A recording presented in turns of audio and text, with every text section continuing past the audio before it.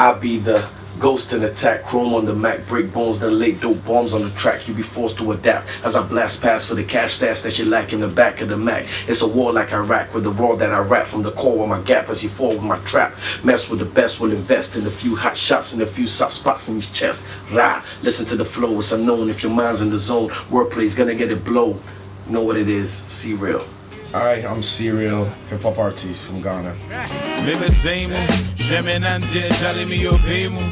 I run to if only they knew. It's futile trying to stop me. I'm a big hip-hop fan. That's what really spun my mind into wanting to become an artist. And also I took part in the competition, the Sprite MC battle competition that I won. So that kind of was like a boost for me to get into the mainstream and to get my music and my content out there as an artist, not just as another rapper.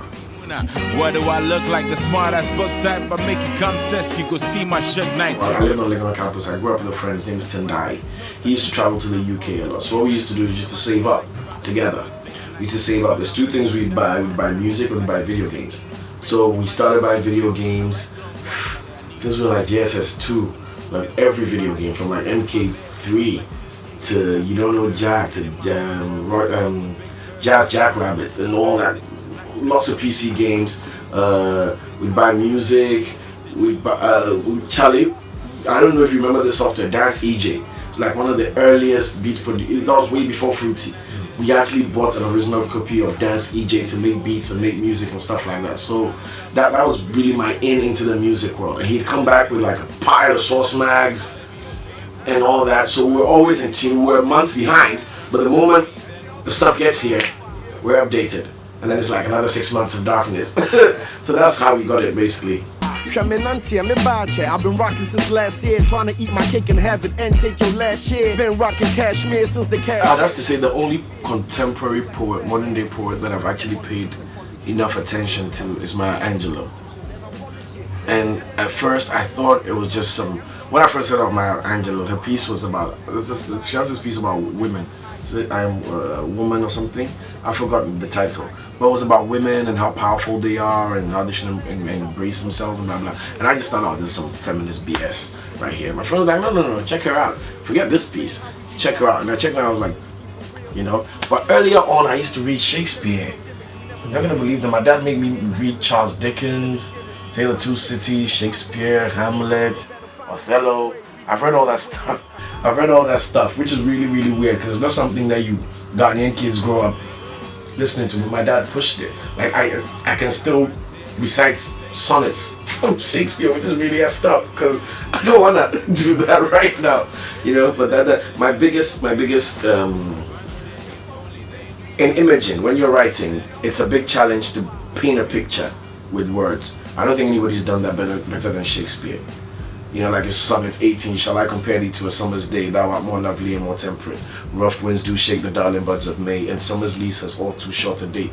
Blah blah blah. Like I read it, I was like, why am I seeing this? You know, I'm reading this black and white, but why am I seeing this? So that's what gave me the drive to make sure that everything I say is not just a bunch of crap, but I'm trying to show somebody something, and that's as difficult as it's gonna get to show somebody something visual using an audible medium. Reflect on my knees and reflect on the deeds that have brought me this far, Lord. You see me pray every day, but I sin anywhere and I can't take it no more, Lord. I feel as though I'm taking you for granted. I know I'm just a man, granted, but you need to grant me the sense. Our biggest strength is our control of the English diction. We speak a lot more English here than other countries, and our English is more westernized, the intonation, pronunciations and whatnot. You know, you hear somebody from South Africa, Botswana, Kenya, Nigeria, you can tell immediately where they're from. But Ghanaians blend in more easily and we have a better control of the English language. So that helps in our writing and our delivery. So automatically our market is much wider than the other countries because they're skewed by their accents and whatnot. We don't have that problem.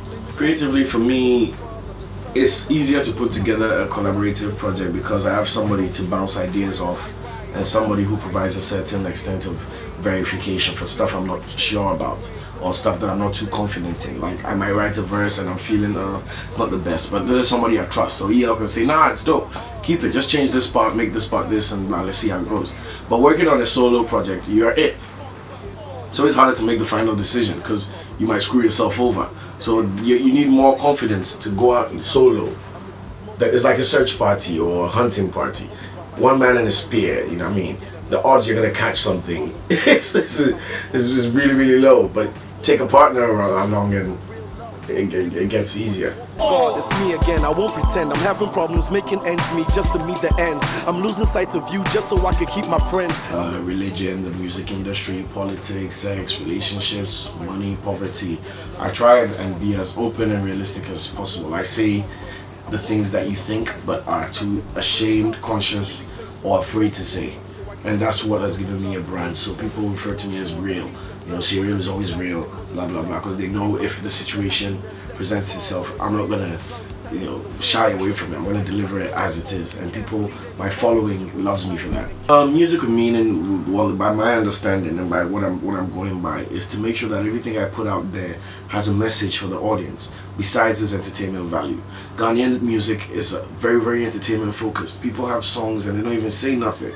You know, it's slogans that of words that don't even exist, and it's like a serious thing.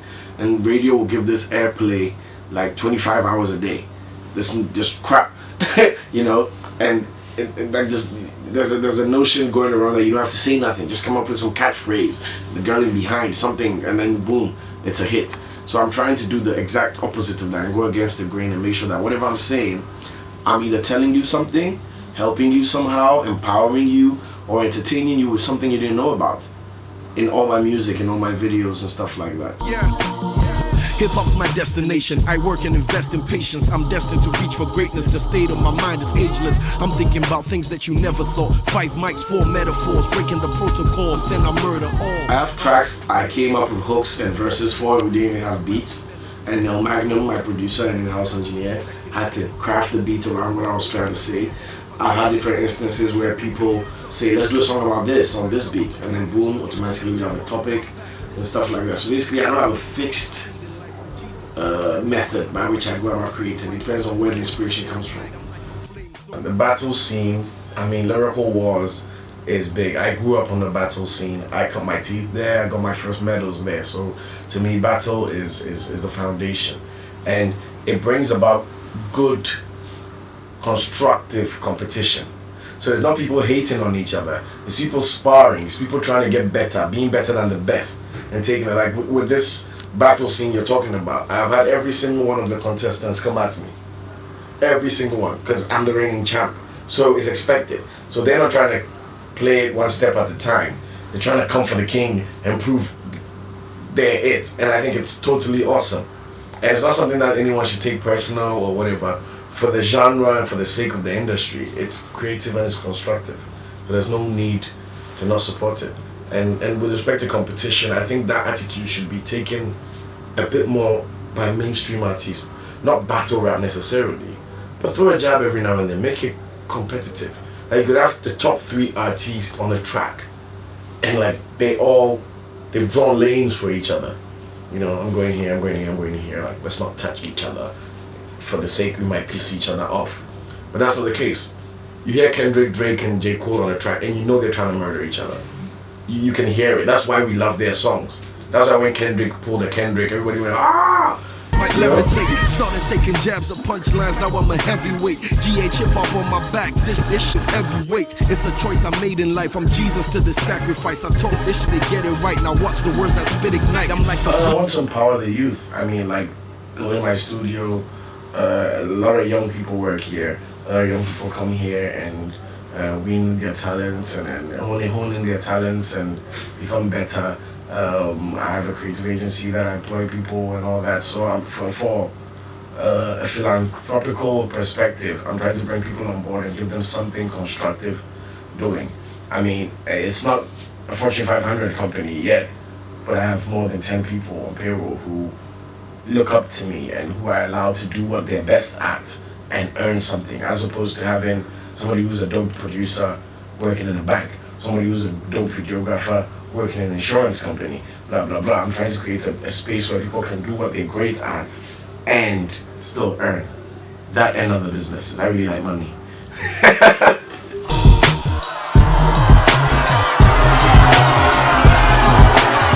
Silence! People hail you as the EmCEO, but all I see is a weak fool who can spit a few words. I can see you're a fan of my music. Remind me to sign you an autograph. You weak, arrogant fool! Give him what he deserves! I'm unstoppable like Godson. The force will make the rest run. I am the MC like I came in with Rev Run. More